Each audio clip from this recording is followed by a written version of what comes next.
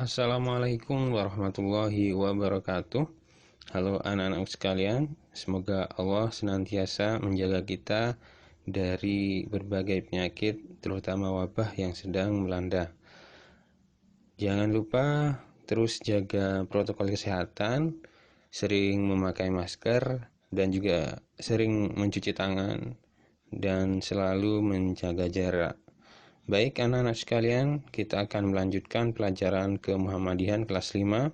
Kali ini kita akan membahas dengan judul mengenal tokoh-tokoh Muhammadiyah. Insya Allah ada 3 tokoh yang akan kita bahas. Untuk pertemuan kali ini kita akan membahas biografi singkat dari Kiai Haji Mas Mansur. Sebelum kita mulai, mari kita saksikan bersama video singkat berikut ini sebagai pembukaan. Kiai Haji Mas Mansur.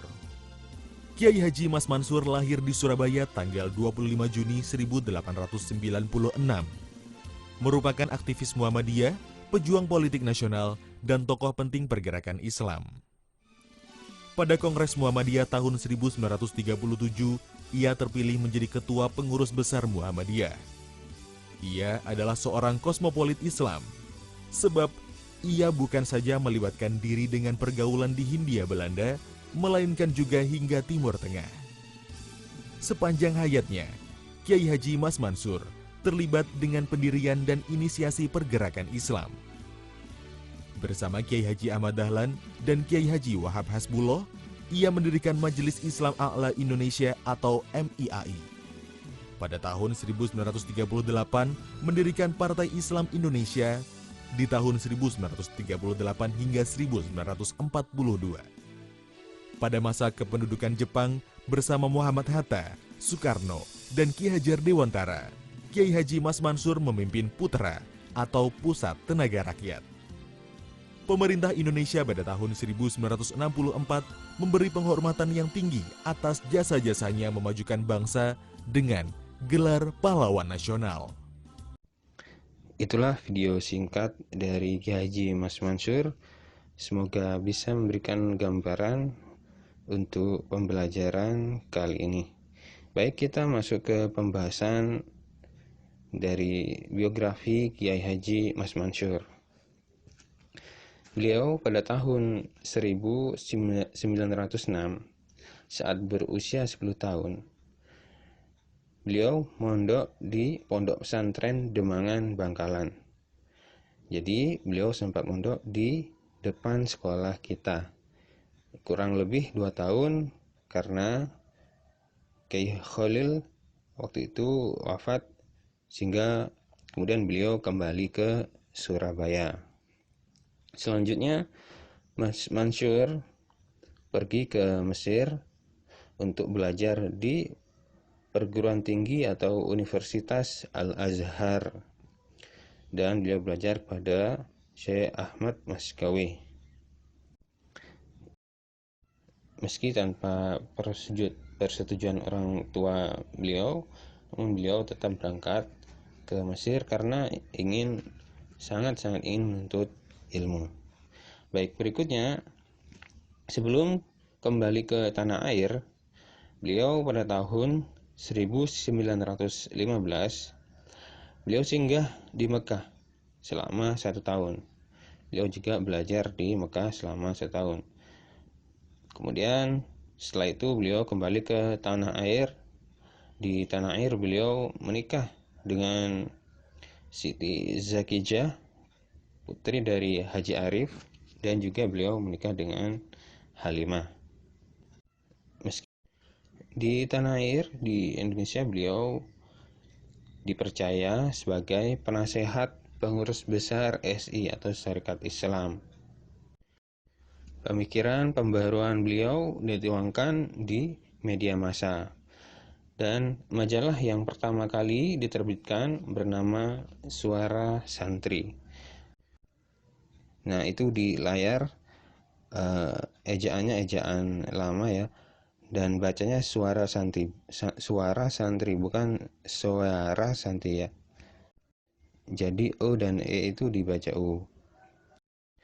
Selanjutnya pada tahun 1921, Mas Mansur masuk organisasi Muhammadiyah.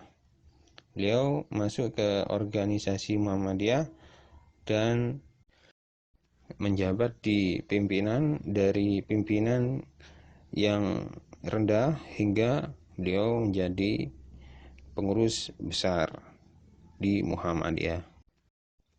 Jabatan yang dilalui oleh Mas Mansur di Muhammadiyah yaitu yang pertama beliau menjadi ketua cabang Muhammadiyah Surabaya, kemudian naik lagi menjadi konsul Muhammadiyah wilayah Jawa Timur, kemudian pada puncaknya beliau menjadi ketua pengurus besar Muhammadiyah pada tahun 1937 sampai 1943.